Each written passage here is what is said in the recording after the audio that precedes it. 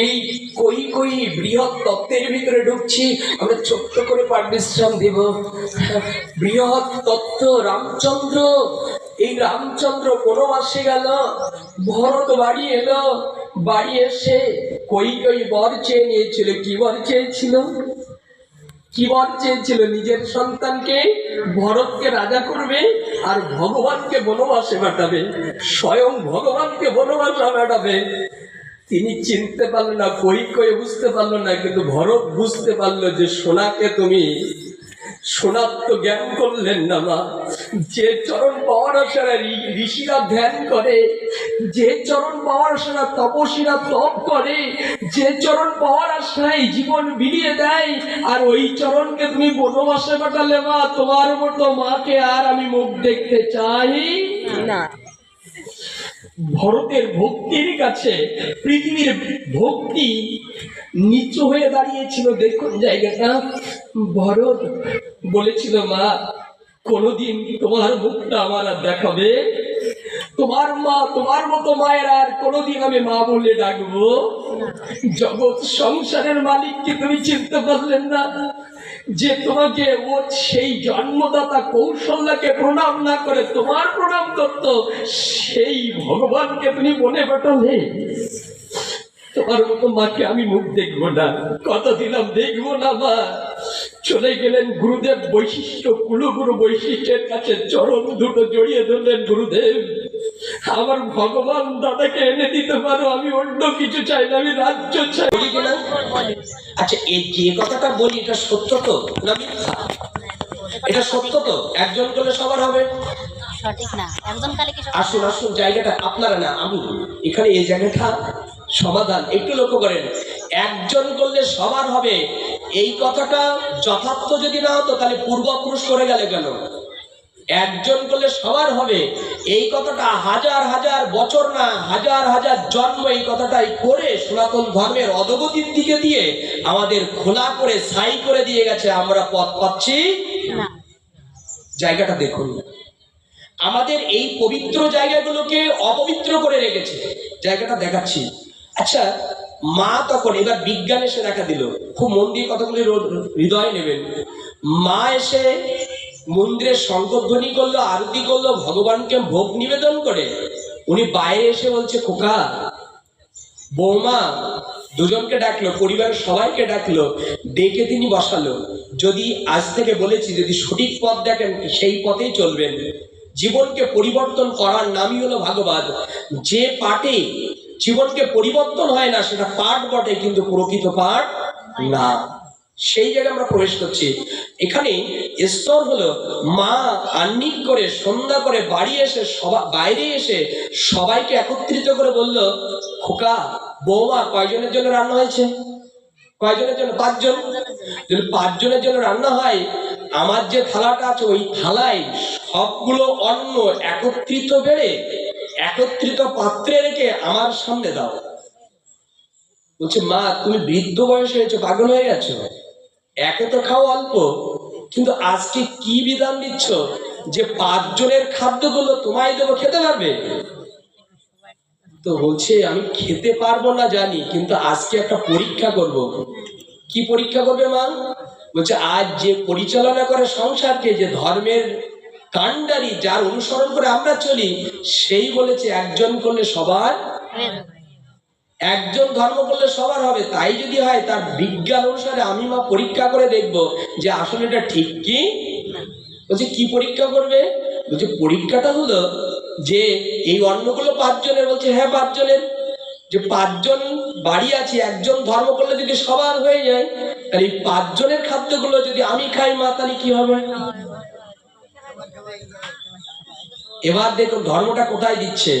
তাহলে এবার মা বলছে, দেখো খোকা, তুমি যদি মনে করো যে একজন করলে সবার হবে, তাহলে আমি 5 জনের খাদ্য আজ রাত্রে খেয়ে দেখবো তোমাদের পেটে যায় কি।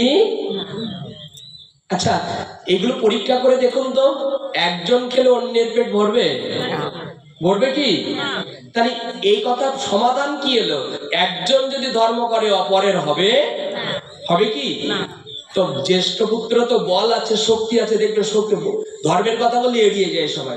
ওই পুত্র এড়িয়ে গেল, মা তোমার কথা মেনে নেওয়া যায় না, কারণ তুমি বৃদ্ধ হয়ে গেছো, পাগল হয়ে গেছো, তোমার কথা হবে না। বলছে খোকা আমি এটা ছেড়ে দিলাম। দ্বিতীয় পর্যায়ে এসো, বলছে কি? বলছে একজন করলে সবার হবে তো? বলছে হ্যাঁ এটা মেনে নেওয়া যায়, কিন্তু ওটা মেনে, বলছে এখনো তুমি শুনলে না। আচ্ছা যদি না শোনো তাহলে দ্বিতীয় পর্যায়ে দেখো। বলছে যদি এটা ছেড়ে দিলাম, একজন করলে যদি সবার হয়, তাহলে আমি মৃতের পরে একজন যখন চিতায় উঠবো, তোমরা আমার সঙ্গে উঠবে তো? একজন করলে যদি সবাই হবে, তাহলে আমি একা যদি মরে যাই, আমার সঙ্গে সবাই মরবে তো, উঠবে তো? বলছে মা এই কি শুরু করেছো তুমি সন্ধ্যায়? বলছে আমি শুরু করিনি, শুরুটা তুমি করেছো খোকা। বলছে কেন? তুমিই তো বলেছো একজন করলে সবার হয়, তাই যদি হয় তাহলে আমি শুরু করেছি না খোকা, তুমি শুরু করেছো। পুত্র আর কথা বলছে না। তো কথা না বললে পুত্র তখন ঘাড় নাড়াচ্ছে, আর কিছু বলছে না, মেনে নেওয়া যায় না। তখন বলছে খোকা যদি এখানে নাম মেনে নিয়ে যায়, তৃতীয় পর্যায়ে দেখো, আমাকে পোড়ালে সেখানে গেলে না, খাদ্যের জায়গায় গেলে না। আচ্ছা মৃতের পরে পাপ আর পুণ্য হবে তো? প্রত্যেকের ভালো কর্ম করলে পুণ্য হবে, আর খারাপ কর্ম করলে পাপ হবে। আচ্ছা আমি এই সংসার করছি, মৃতের পরে আমার পোড়ানো হবে, সৎ কাজ করা হবে, দাহ ক্রিয়া করা হবে, মৃত্যুর পরে জম আমার কাটরায় তুলবে, বিচার করবে, আমার যতটা পাপ হবে এর পাপের ভাগ কেউ নেবে তো? আচ্ছা কোন জায়গায় মিলছে? কোন জায়গায় মিলছে না। তাহলে উত্তর কি পাচ্ছে? আমরা সংসার করছি বটে, কিন্তু কেউ কারোর পাপের ভাগ, কেউ কারোর পুণ্যের ভাগ। তাহলে কি নিজের ধর্ম নিজে করতে হবে না অন্যের দ্বারা হবে? একটু তো দিন হবে। তাহলে এই কথা যে কর্ণে আজ যে শুনছেন, কাল থেকে কি যার প্রার্থনা সে করব নাকি অন্যের দায় চাপাবো? একটু উত্তর দিন। সবাই করবো কিনা? আজ এই একটা নিবেদন করব, যারা শুনছি যার কর্মের ফল তারই ভোগ করতে। তাই যদি হয় তাহলে আমরা যদি গোবিন্দের চরণে সবাই মাথা নত করতে পারি, সবাই সেই প্রাপ্তি ভালো ফল প্রাপ্ত। তাই যদি একটা পথ পেলাম, তাহলে সন্ধ্যায় যদি 5 জন সদস্য থাকি, একজন 5 বছরের বালক থাকে, তাকে হাতে ধরে যদি মন্দিরে নিয়ে যেতে পারেন, উনিও ধার্মিক হবে কিনা? যদি আমার বাবা মা প্রার্থনা করে আমি করব কিনা? আর আমার বাবা মা যদি প্রার্থনা না করে, পুত্র শিখবে কোথা থেকে? তাহলে আজকে কি অনুসরণে একটা মনোভাব করতে পারছি যেগুলো করা দরকার। আমরা এক বাক্যে শুনতে যাচ্ছি, সন্ধ্যা যদি আজ থেকে হয়, যে কথাগুলো শুনছি আমাদের কি পরিবর্তন হবে? আর সন্ধ্যাবেলায় যেখানে ঠাকুর ঘর আছে, যেখানে মন্দির আছে, ওখানেই যে সদস্যগুলো আছে সংসারে, তাদেরকে একত্রিত নিয়ে কি প্রণাম করতে পারবো, মাথা নত করতে পারবো? পারবো কিনা? উত্তর দিন পারবো তো? আপনি প্রতিজ্ঞা করলেন কোথায়? ধর্ম ভাগবত আসলে এবার আমরা শ্রবণ করব। কিন্তু আপনি মনে করলেন প্রদীপ এই তুমি বলছো, তোমার সামনে বললাম, কিন্তু এর পরের জায়গাটা আমাদের, কি করব না করব আমি। এবার যাই সেই জায়গাটা দেখাই। প্রদীপ তোমার কথা ভালো লেগেছিল, সায়ও পুড়িয়েছিলাম, কিন্তু সন্ধ্যা হলে ওই জায়গায় তো আর তুমি থাকবে না, ওই জায়গায় আমি থাকবো। জায়গাটা সমাধান করে দিই, ওই জায়গায় আমি থাকবো। করবো কিনা সেটা আমার দায়িত্ব। ভগবান বলে তাও মেনে নাও, আমি তোমার সাধু দ্বারা, আমি তোমার গুরু দ্বারা বলেছিলাম, কিন্তু আমার কথায় তুমি কর্ণপাত করলে না। তা কি করলেন? ভগবান যদি একটা আঙুল বিকিয়ে দেয় তখন কি হবে? সোজা আঙুলে যখন ঘি না ওঠে তখন কি করতে হয়? দেখাই দিতে হয় না? গোবিন্দ কিন্তু দেখাতে পারে, জায়গাটাতে দেখায়। এখন ভাগবত পাঠে বললেন অতদূর কাপালিয়া গেলে আমি যাবো না, পা ব্যথা করবে। গোবিন্দ বলে যেতে হবে না। শুদ্ধ ভগবতের কথা আমাদের বিষ্ণু দাদা আছে, মনে করেন উনি বলছে, কিন্তু ওনার কথা শুনলেন না, সাধু কথা শুনলেন না, গুরুর কথা শুনলেন না। গোবিন্দ বলেছেন এইটুকু যাবে না খালি পায়ে, হেঁটে যাবে না। কিন্তু গোবিন্দ যদি ডায়াবেটিস দিয়ে যায় দেখিয়ে, কি করবেন? হাঁটবেন না আর বসে থাকবেন? গোবিন্দ বলেছে ডাক্তারবাবু 500 টাকা প্রেসক্রিপশন করা হলো, ডাক্তারবাবু লিখে দিলেন 3 কিলোমিটার হাঁটতে হবে। এরপরে 1.5 কিলোমিটার প্রথম দিন হাঁটার পর হাই ফাই করছে। গোবিন্দ ওই পারে দাঁড়িয়ে বলছে এখনো 1.5 কিলোমিটার। ভাগবত পাঠ তোমার ভালো লাগেনি, সন্ধ্যার সময় সাধু কথা এখন যারা শুনবেন, এটা ভালো না লাগলে এরকমই যাবে, দেখিয়ে দেবে, দেখাচ্ছে জায়গাটা দেখে নিন। যদি মনে হয় প্রদীপ চলে গেছে, ওই কথাটার মূল্য নেই, ওটা আমি থাকবো, দেবো কিনা মূল্য আমি দেখবো, আসুন দেখে নেই। গোবিন্দ বলেছেন সন্ধ্যায় দিন অন্তে যদি একবারও মাথা নত না করতে পারে 24 ঘন্টায়, কথা বলে গায়ে শীঘ্র উঠবে শুনলে। 24 ঘন্টায় এই কথাগুলো শোনার পর যদি আজ থেকে সন্ধ্যা আপনি না করেন, পরবর্তীতে আপনার জীবন কোথায় যাবে লিখে নিয়ে যান। আসুন, আচ্ছা সন্ধ্যায় যারা দিনে মাথা নত করে না, হরিনাম করে না, ভাগবত কথা শোনে না, গুরু এবং সাধুদের নমস্কার করে না, গোবিন্দ বলেছেন আমি দেহ দিয়েছিলাম। এই দেহটি কি মানুষ দেহ শ্রেষ্ঠ জীবন? তো এই দেহটা দিয়েছিলাম, এই দেহটা দান করেছিলাম যাতে তুমি আমার ভজন করতে। এই দেহটা কিসের জন্য? কিসের জন্য? ভজনের। কোথায় লেখা আছে? চৈতন্য চরিতামৃতে নাই, এটা প্রেম ভক্তি চন্দ্রিকায় নরোত্তম ঠাকুর বলেন কৃষ্ণ ভজিবার তরে সংসারেতে আইন মিশে মায়ায়, কি হলো? মিশে মায়ায় বদ্ধ হইয়া বৃক্ষ সম হইলাম। কৃষ্ণ না বুঝতে পারলে কি হবে? উত্তরটা দেন। ভগবান বললেন মাথাটা নত তুমি সন্ধ্যাবেলায় করলে না, এই কথা শুনলেও করলে না। গোবিন্দ বলেছেন এই অথামাং প্রবাদন্তে তাং শাস্ত্রেব্য ভয়াম মহম, তুমি সন্ধ্যাবেলায় আমার চরণে মাথা নত করলে না, চায়ের দোকানে কাটালে, অসাধু সঙ্গে করলে, নেট দেখলে, টিভি দেখলে, তোমার উঁচু মাথা আমার চরণে নিচু হলো। আমি কথা দিলাম, কথা শুনলে ভয় হবে। গোবিন্দ বলেছেন যে এখানে গেলে যে যেভাবে ভজন করে, তাহলে এখানে মাথা নত করলেন না, ওখানে মাথা সোজা করতে ইচ্ছা হচ্ছে, মানে গোবিন্দকে ভজন করলেন না।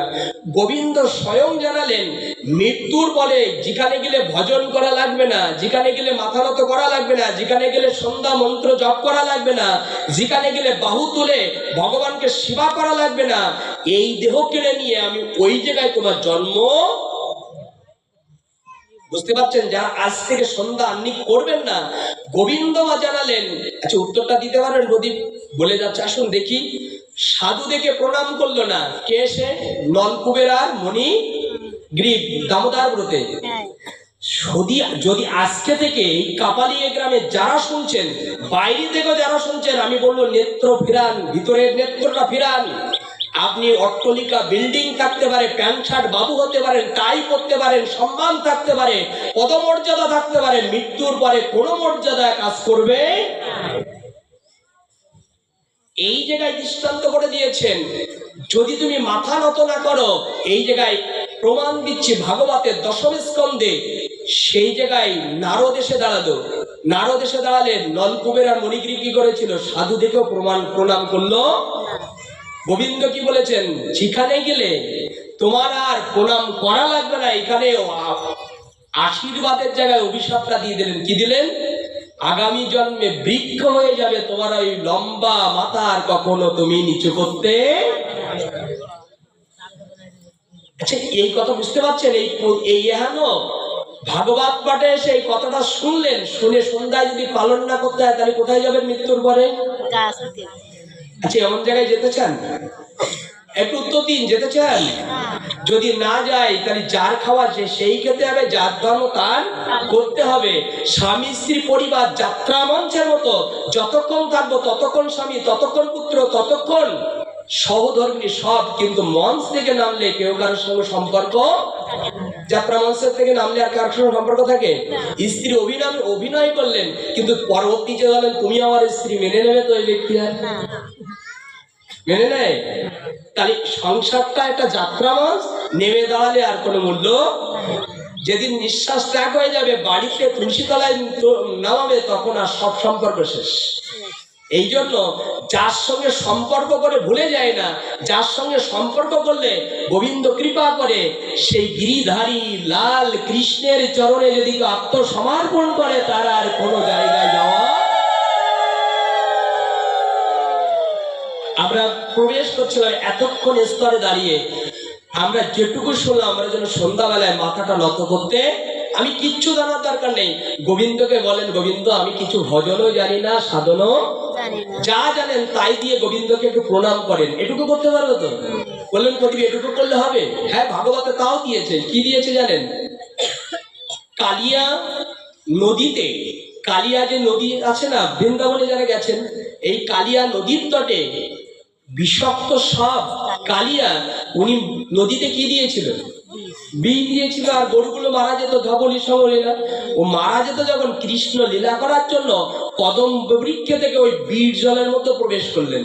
বীর জলের মধ্যে প্রবেশ করে তখন এগুলো অনেক বিরাট লীলা, আমি ওর ভিতরে ঢুকবো না, আমি একটা শাখা দেখাচ্ছি। ভিতরে ডুবে তখন কালিয়াকে বললেন, কালিয়া আমি তোকে সৃষ্টি করেছি, আমি তোকে পাঠিয়েছি, তুই কেন এই পুণ্য জলে বৃন্দাবনে বীজ ঢেলে দিয়েছিস? কালিয়া যে কথাটা বলেছিল আমার নেত্রে এখনো বাজে, আমার আমার হৃদয়ে সেটা বাজে। সেটা হলো কালিয়া বলেছে, গোবিন্দ আমি বীজ ঢেলেছি কেন শুনবে? বলছে শোনার জন্য তো বলছি। বলছে সেটা হলো তুমি আমার কি দিয়েছো? কালিয়া বলছে তুমি আমার কি দিয়েছিল, অমৃত না বিষ? তা তুমি যদি আমার বীজ দিয়েছো, তুমি যা দিয়েছো আমি তাই দিয়েছি, আমার কি দোষ? তুমি আমাকে যা দিয়েছো আমি তাই দিয়েছি। উত্তর হলো কালিয়া সেখানে ক্ষমা পেয়েছিলেন, তারপরে বলেছিলেন আজ থেকে আর তোর বীজ দেওয়া যাবে। গোবিন্দ তারপর পূর্ণ মানুষ করে দিয়েছিল। উত্তর দান করেছে গোবিন্দ যে সুর দিয়েছে, যে যে ভাব দিয়েছে, আপনার ভালো সুর দেয়নি কণ্ঠে, ভালো ভাব দেয়নি, আপনার যে সুর আছে যে ভাব আছে ওই দিয়েই গোবিন্দের মাথা নত করবো। গোবিন্দ তুমি যা দিয়েছো আমি তাই। কি এত সহজ করে দিচ্ছি, পারবো তো? আমরা পারবো? আজকে থেকে একটু পরিবর্তন হবো তো? আমি অনুরোধ করব এই কথা কেউ যে বৃথা দিয়েন না, অনুরোধ করে যাচ্ছি বারবার হাত জোড় করে আপনাদের জন্য কাঙাল হয়ে বলছি, একটু সন্ধ্যাবেলায় মাথাটা নত করুন, স্বামী পক্ষে পথে নিয়ে আসুন, যুবককে পথে নিয়ে আসুন, নিজের সন্তানকে পথে নিয়ে আসুন। ওই পথে কোনো একজন এসে যদি দেখে 5 জন সদস্য মন্দিরে গেছে, সে দেখলে তিনিও বলবে আমার জীবনে কিছু করা দরকার, নিজে আচিরে ধর্ম অপরকে শিখায়। চৈতন্য মহাপ্রভু এর পরের জায়গাটা আমরা শ্রবণ করব। আমরা কোথায় ছিলাম? একদিকে নারী, অন্যদিকে পুরুষ, ঠিক আছে? এই 5 জন মিলে এই সংসার, এই যে পুরুষরা ভগবানকে ভাবতে পারেনি কিন্তু নারীরা পেরেছিল। আমরা যদি না জাগি মা কেমনে সকাল? আপনারা জেগে উঠুন। এর পরের চরিত্রটা দিয়ে বুঝবো আমরা ভক্তির কাছে ছিলাম। ভগবান কিসে বসন? কিসে বসন? ভক্তি। শুধুমাত্র সেই জায়গায় একটু টাল দিয়ে আমরা পাঠ বিশ্রাম রাখবো। কিন্তু ক্ষুধা লেগে যাচ্ছে তো, অনেক ক্ষুধার্ত, পাঠ বিশ্রাম রাখবো। আমরা ছোট্ট এবার যে পাঠটার ভিতরে আমরা প্রবেশ করছি, আমরা খালি চোখে যেন কেউ এখান থেকে না যায়। যদি ভাগবত পাঠে আসতে হয়, হরি কথায় আসতে হয়, বৈষ্ণব সেবায় আসতে হয়, তাহলে সেখানে কি দিতে হয়? অর্থ দিতে হয়। এগুলো দরকার আছে। অর্থ প্রাথমিক পর্যায়ে এখানে যদি দিতে হয় তাহলে কৃপা করে কি দিতে হয়? চৈতন্য চরিতামৃতে বলেছে, আমি বলছি না। চৈতন্য চরিতামৃতে ভগবান কিসে বসন বলেছেন মনে আছে আপনাদের? ভক্তিতে। আর চৈতন্য চরিতামৃতে এসে দেখিয়েছে, তিনি বললেন যে কৃষ্ণের চরণে জল ও তুলসী দেয় যেই জন, দেয় যে জন, জন শব্দ যে ব্যক্তি, ভগবান বলছেন 1 ফোঁটা নয়ন জল কোনো ব্যক্তি যদি আমার কথা শুনতে শুনতে, আমার সেবা করতে করতে 1 ফোঁটা নয়ন জল যদি দিতে পারে, চৈতন্য চরিতামৃতের আদি লীলায় বলছেন যে জল ও তুলসী দেয় যেই জন, তারই ঋণ শুধিতে আমি করিও চিন্তন। 1 ফোঁটা নয়ন জল যদি আপনি দিয়ে ভগবত কথা শুনতে পারেন, গোবিন্দ বলেছেন আমি অট্টালিকার ঋণী হই না, রূপের ঋণী হই না, আমি সম্পদের ঋণী হই না, কিন্তু কোন ভক্ত যদি চোখের জলে ভেসে আমার নাম শ্রবণ করে, আমি নাম করে, আমি তার কাছে ঋণী হয়ে যাই, আমি চিরদিনের ঋণী হয়ে যাই। তার আমি ঋণ কি করে শোধ করব? আমি ভগবান ভাবতে থাকি। কিন্তু আমার যে বড় দুঃখ, কেন দুঃখ জানো? দুঃখ এক জায়গায়, আমার মানুষ করে দিল ভগবান, সুন্দর দেহ দিল ভগবান। আদি লীলায় বর্ণনা করে দিয়েছেন কৃষ্ণ বলিতে যার না হয় প্রেমের অঙ্কুর। কৃষ্ণ বলতে যে চোখের জল এখনো ঝরিনি, চৈতন্য মহাপ্রভু বললেন কৃষ্ণ বলিতে যার না হয় প্রেমের অঙ্কুর, বুঝিবে হৃদয়ে অপরাধ প্রচুর। আমার হৃদয়ে অনেক অপরাধ আছে, তাই কৃপা করে আমার হৃদয় কৃপা করে অশ্রু সিদ্ধ হচ্ছে না গোবিন্দ। পশুরা কৃষ্ণ বলে কাঁদতে পারে না, মানুষ হাহাকার করতে পারে। বিদুর করেছিল, প্রহ্লাদ করেছিল, ধ্রুব করেছিল, জগাই মাধাই করেছিল, কেন আমি করতে পারি না? মনে হয় অনেক জন্ম জন্মভাবনাতে আমি দিদি। আমার নিজের কাছে খুব ছোট মনে হয়। যদি গোবিন্দকে প্রেম ভক্তি দিয়ে সেবা করা যায় না, ততদিন মনে করবেন আমি এখনো শেষ স্তরে যেতে পারিনি। দেখবো জায়গাটা, সেই জায়গাটি জানেন প্রেম কাকে বলে? প্রেম কাকে বলে আমরা দেখি পাঠ এই প্রবেশ করে আমরা পাঠটা বিশ্রাম দিব। কি বলেছেন দেখুন, রামচরিত্র বলেছেন, ভরত আর রামচন্দ্র খুব প্রেম বাঞ্ছা করার কথা, হৃদয় প্রাণাতীত কথা। এই জায়গায় দৃষ্টিগত করে দিয়েছেন, সেই দৃষ্টিটা হলো ভরত জানাচ্ছে, অগতি যে সন্তান তোমরা মানুষ করছো, রক্ত বাড়িয়ে দুধ করে দিচ্ছ, ওই সন্তান যেদিন তোমার প্রাণ চলে যাবে, লাশ হয়ে যাবে, বলো হরি বলবে, আর জগতে তোমার কান্ডারি কেউ থাকবে না, একা একাই তোমার পার হতে হবে, একা একাই তোমার পার হতে হবে। ওই সন্তান না, যাকে আদর স্নেহ করে মমতা দিয়ে হৃদয় বাঁধিয়েছ, ওই সন্তান শ্মশানে গিয়ে 3টে দাগ কেটে বলবে এই দুঃখ জায়গা নেই রাখার। ওই সন্তান মুখে অগ্নি করে চিতা জ্বালিয়ে দিয়ে, যার মাকে জ্বালিয়েছেন, কারোর বাবাকে জ্বালিয়েছেন, দৃশ্যটা দেখুন। আপনারা ওই চিতায় যেতে হবে, আপনার ওই একা একা ওই পথে আপনারা আমায় যেতে হবে। নিজের পুত্র গর্ভে ধারণ করেছি, ওই সন্তান চিতা পোড়ানোর পরে, কলচিটা ফাটানোর পরে 3টে দাগ কেটে বলে ওই দিকে আর তাকাতে নেই, ওই দিকে আর দেখতে নেই।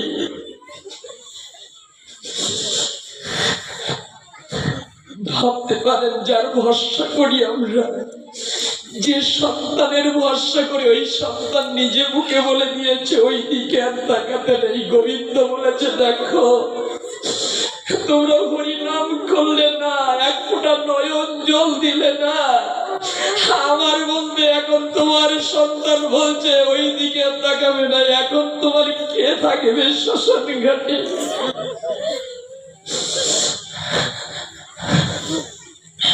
আমি যতবার ভাবি ততবার আমার চোখের জল আমি ধরে রাখতে পারি না। যাকে আপন ভাবি সেই আমার একদিন বড় হয়ে যাবে। গোবিন্দ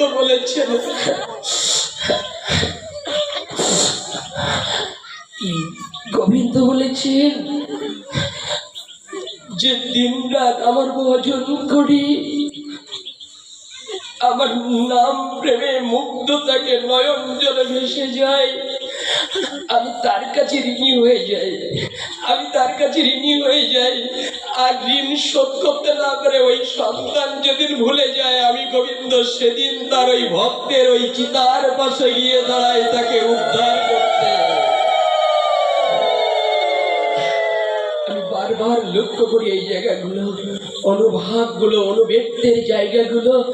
আমার বলতে কেউ থাকবেন না। গোবিন্দ বলেছেন, চিতা পুড়িয়ে ছাই করে দেওয়ার পর যখন তোমার কোনো সাথী হবে না, আজকে যদি দুপুরটা নয়ন জল দিতে পারো, হা গৌর হা নিতাই বলে মহামন্ত্র জপ করতে পারো, আমি গোবিন্দ থাকবো, কথা দিলাম তার পাশে আমি থাকবো। এই জায়গায় দৃষ্টান্ত করি, অনুভূতির রাত্রে গিয়ে প্রেম আকৃতি দিয়ে এগুলো প্রেম বাধা জাগিয়ে দিয়ে দিয়েছেন। গোবিন্দকে এখনো সময় আছে, মাথাটা নত করে দাও গোবিন্দের চরণে। এই ভক্তির জায়গাটা ছিল রামচন্দ্র চরিত্রে, মানুষে কি দেখিয়েছে দেখো। এই কই বৃহৎ তত্ত্বের ভিতরে ঢুকছি আমরা, ছোট্ট করে পাঠ বিশ্রাম দেব। বৃহৎ তত্ত্ব রামচন্দ্র, এই রামচন্দ্র বনবাসে গেল, ভরত বাড়ি এলো, বাড়ি এসে কই বর চেয়ে নিয়েছিল। কি বর চেয়েছিল? কি বর চেয়েছিল? নিজের সন্তানকে ভরতকে রাজা করবে আর ভগবানকে বনবাসে পাঠাবে, স্বয়ং ভগবানকে বনবাসে পাঠাবে। তিনি চিনতে পারলেন না, কই বুঝতে পারলো না, কিন্তু ভরত বুঝতে পারলো যে সোনাকে তুমি সোনার তো জ্ঞান করলেন না মা।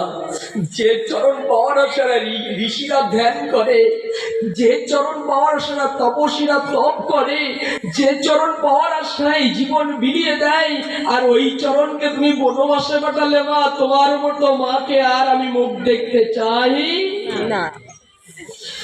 ভরতের ভক্তির কাছে পৃথিবীর ভক্তি নিচু হয়ে দাঁড়িয়েছিল। দেখুন জায়গাটা, ভরত বলেছিল মা কোনদিন তোমার মুখটা আমার আর দেখাবে, তোমার মা, তোমার মতো মায়ের আর কোনদিন আমি মা বলে ডাকবো।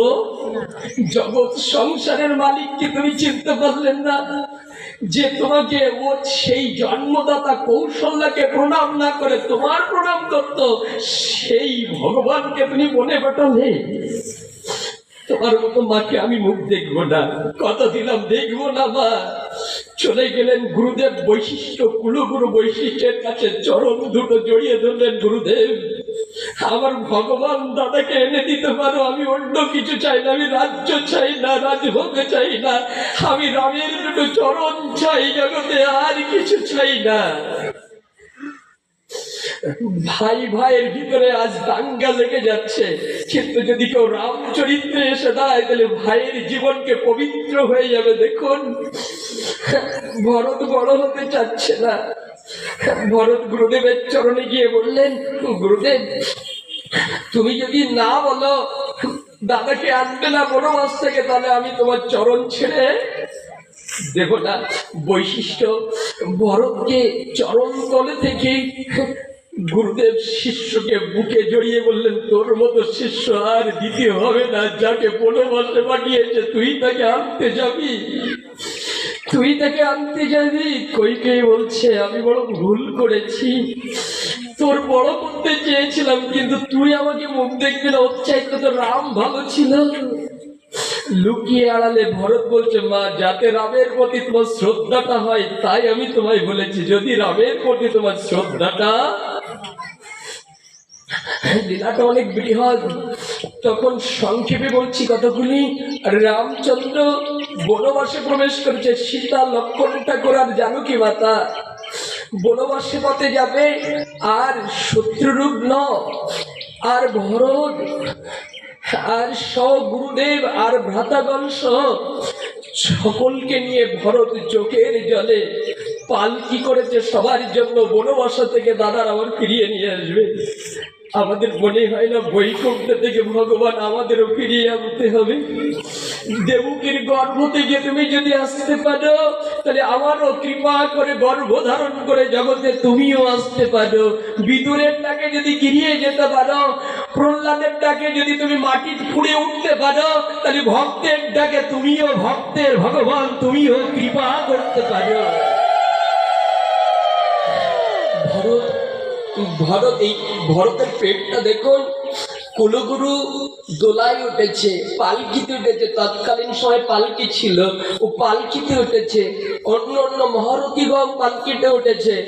ভরতকে বললেন, ভরত তুমি একটা পালকি নাও, বন যেতে হবে, কাটা আছে, কাপড় আছে, পাই ফুটবে, নরম কমল পা তোমার, তুমি খালি পেয়ে যেও না, খড়ম দুটো পরে নাও। ভরতের চরিত্র শ্রবণ করুন। দাদা বড় ভাইকে কি সম্মান দিতে হয় রামচরিত্রে এটা দেখিয়েছেন। তখন ভরত বলছেন, গুরুদেব লহ মোর প্রণাম, আপনার আজ্ঞা কখনো আমি অমান্য করিনি, কিন্তু প্রণাম হলো আজকে আপনি আমার আজ্ঞা করবেন। কেন? আমার দাদা তো এই পথে গেছে, তাই না? গুরুদেব বলছে, হ্যাঁ। বলছি, দাদা যদি বনবাসে খালি পায়ে যায়, ভাইয়ের কি চটি পায়ে মানায়? ভাবতে পারেন ভরতের চরিত্র। দাদা যদি খালি পায়ে যায়, আমি তার ছোট অনুজ, আমার কি জুতো পায়ে মানাই? গুরুদেব নিরাম হয়ে গেলেন। বলছে তোমার পায়ে তোর কাটা পড়বে, রক্ত ঝরবে। ভরত উত্তর দিয়েছেন, আমি দাদার কথাটা যদি আমার বুঝতে হয়, তাহলে আমার পায়েও কাকর ফুটা উচিত, আমার পায়েও কাটা ফুটা উচিত। আমি বুঝতে পারবো যে আমার দাদাও এইভাবে কষ্ট করে বনবাসে আছে। আমি খালি পায়ে যেতে দাও, আমি অন্য পায়ে যেতে চাই না। ভরত চলছে, পায়ে নরম কমল, পায়ে রুদি ঝরছে, রক্ত ঝরছে। দাদা তোমার পায়েতে এমন রক্ত ঝরেছে না, তুমি যদি আমার অন্তর্যামী ভগবান হয়ে থাকো, আমি তোমার ভাই হয়ে থাকি, তুমি ফিরে এসো, আমার অযোধ্যায় রাজত্ব পালন করো। আমি অন্য কিছু চাই না, তুমি ফিরে এসো। ভরত কান্ডার ভক্তির প্রেমাবৃত কণা হৃদয়ে প্রাণাতীত হয়ে যাচ্ছে। প্রবেশ করলেন, অনেক কথা বাদ দিয়ে বলছি, প্রবেশ করলেন রামচন্দ্রের। রামচন্দ্র তখন কোন মুনি ঋষির ঘরে গৃহ গমন করেছে। তখন কুলগুরু বৈশিষ্ট্য আর ভরত পার্শ্বদবর্গ প্রবেশ করে তাকে প্রণাম জানিয়েছেন। কিন্তু প্রণাম সবাই করছে, কিন্তু ভরতের প্রণামটা একটু অন্যরকম। যখন প্রণাম করছে জানেন, সবাই প্রণাম করছে, কিন্তু দাদাকে দেখার পরে ভরতের আর চোখের জল ধরে রাখতে পারছেন না। চন্দ্রের গায়ে যেমন মেঘ হলে দেখা যায় না, দাদা তোমার মনে হয় তুমি অযোধ্যায় নেই, অযোধ্যা অন্ধকার নেমে আছে। দাদা তুমি চলো। চরণে গিয়ে চরণ দুটি জড়িয়ে ধরে নিজের চোখের জলে রামের চরণ দুটি ধুয়ে দিল ভরত। দাদা কতদিন তোমার আমি চরণ দেখিনি, কতদিন তোমার চরণে ধুলি নিতে পারিনি, আমার একটু সুযোগ দাও। ভরত বারবার রামের চরণ চোখের জলে ধুয়ে নিচ্ছে। আর রামচন্দ্র নিজের অনুজকে, নিজের ছোট ভাইকে নিজের চরণ তলে থেকে নিজের গলায়, নিজের বুকে রাখলো। ভাই, জগতের মাঝে ভাইয়ের যেমন আন্তরিকতা ভালোবাসা হয়, আমি দ্বিতীয় আর কোথাও দেখি। আর রাম আর ভরত যখন বুকে একাকার হয়ে গেল, জীবাত্মা পরমাত্মার মিলন, তখন কি হচ্ছে দেখুন। আর এই জায়গায় এসে না, এই জায়গায় এসে রামচন্দ্র, ভরত অন্যদিকে কুলগুরু বৈশিষ্ট্য, বিচারক এখন বৈশিষ্ট্য গুরুদেব। ভরত ওই জায়গায় দাঁড়িয়ে চিতা জ্বালানো শুরু করে দিচ্ছে। ভরত কি করছো তুমি, চিতা জ্বালাচ্ছ কেন? ভরতের জীবন চরিত্র দেখুন। ভরত কাঠের পর কাঠ সাজিয়ে তারপরে ঘি দিয়ে জ্বালিয়ে দিয়েছে। দাদা দেখেছো চিতা? বলছে হ্যাঁ দেখেছি। কই বলছে রাম, আমি বড় অপরাধ করে ফেলেছি, তোকে বনবাসে পাঠিয়ে। ভরতকে বলছে ভরত তুমি চিতা সাজাচ্ছ কেন? বলছে দাদা প্রাণ ছাড়া দেহটা কোথায় নিয়ে যায়। দেখেন ভরত কিভাবে রামকে শিক্ষা দিচ্ছে। দাদা প্রাণ ছাড়া দেহকে কোথায় নিয়ে যায় চিতায়? তা আমি যে তোমায় ছেড়ে আমি লাশ হয়ে গেছি দাদা, তোমায় বিহান আমি লাশ হয়ে গেছি। আমি চিতা জ্বালানোর মূল উদ্দেশ্য হলো, তুমি যদি রাজসভায় তুমি যদি প্রবেশ না করো, যোদ্ধা না যায়, তাহলে আমি কথা দিয়েছি, বৈশিষ্ট্য গুরুদেবের সামনে রেখে কথা দিচ্ছি, আমি জীবান্ত অবস্থায় এই চিতায় পুড়ে মরবো, তুমি যদি কৃপা করে গৃহে ফিরিয়ে না। ভাবতে পারে চরিত্র। যখন এই জায়গায় গিয়ে দাঁড়িয়েছে ভরত, এই কার্য করা, এই নিজে গুরুদেব চমকে উঠলো, আমি কি বিচার করব এখন? আর রামচন্দ্র বলছে আমি এখন কি করব? ভাই যেটা বলেছে ও কখনো, এই লীলাটা কেমন কোথায় গিয়ে দাঁড়াচ্ছে বুঝতে পারছেন? জীবনের মৃত্যুর জায়গায় গিয়ে দাঁড়াচ্ছে। আর রামচন্দ্র প্রসাদ পাবেন, দেরি হয়ে যাচ্ছে। আমি খুব একেবারে সংক্ষিপ্ত করে ফেলছি। সেই জায়গাটা হলো, আমার 2:30 পর্যন্ত সময় ছিল, 2:30 বেজে গেছে। এই জায়গাটা লক্ষ্য রাখবেন। আর রামচন্দ্র তখন তিনি জগৎকাণ্ডারী ভগবান বৈশিষ্ট্য বিচার করছে। বৈশিষ্ট্য বলছে রামচন্দ্র এবার তোমার ফিরে যাওয়া ছাড়া আর কোনো পথ নাই। রামচন্দ্র ভরত তুমি শোনো, আমি ফিরে যাব। ভরত বললেন তাহলে আমি চিতা নেবাতে পারি দাদা। বলছে ফিরে যাব, তুমি চিতা নেবাও, কিন্তু আমার একটা কথা শুনে তারপর আমার নিয়ে যাও। কি কথা দাদা?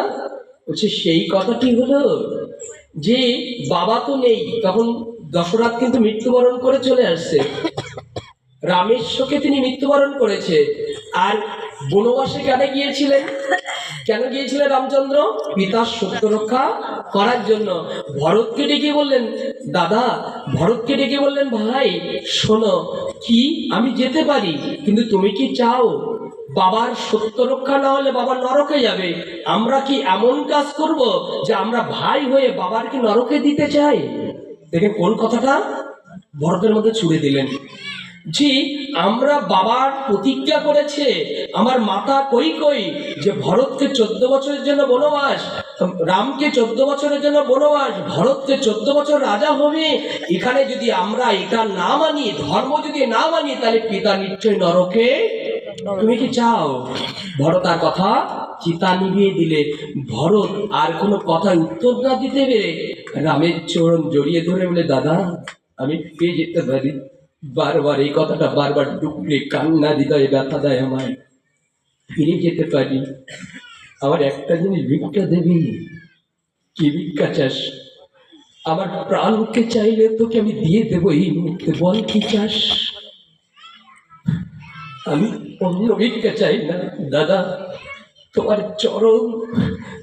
চরণ যে খড়মে পড়ে, তোমার প্রেম যেখানে, ভক্তি যেখানে থাকে, ওই খড়ম দুটো, জুতো দুটো যদি আমাকে দান করো, তাহলে আমি রাজ সিংহাসনে তোমাকে মনে করে ওই সিংহাসনে তোমার জুতোকে আমি পুষ্পাঞ্জলি দিয়ে তারপরে জগতের অন্য কাজ করবো, যদি কৃপা করে চরণ দুটি আমাকে ভিক্ষা দিতে।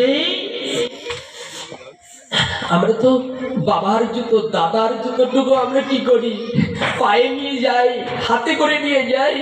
তো সেদিন রামচন্দ্র খুলে দিল।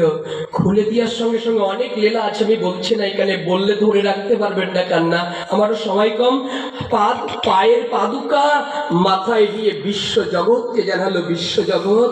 রামের চরণ অনেক তপস্যা করছে, পাচ্ছেন না। ব্রহ্মে সে জানাচ্ছে, ওগো প্রভু, যে চরণ আমি পাই না, বিষ্ণু বলছে আমি পাই না, সেই চরণ কি করে ভরত পেল? যে চরণ কৃপা করে আমরা সেবা করে পাচ্ছি না, সেই চরণ ভরত প্রাপ্ত হয়ে গেল।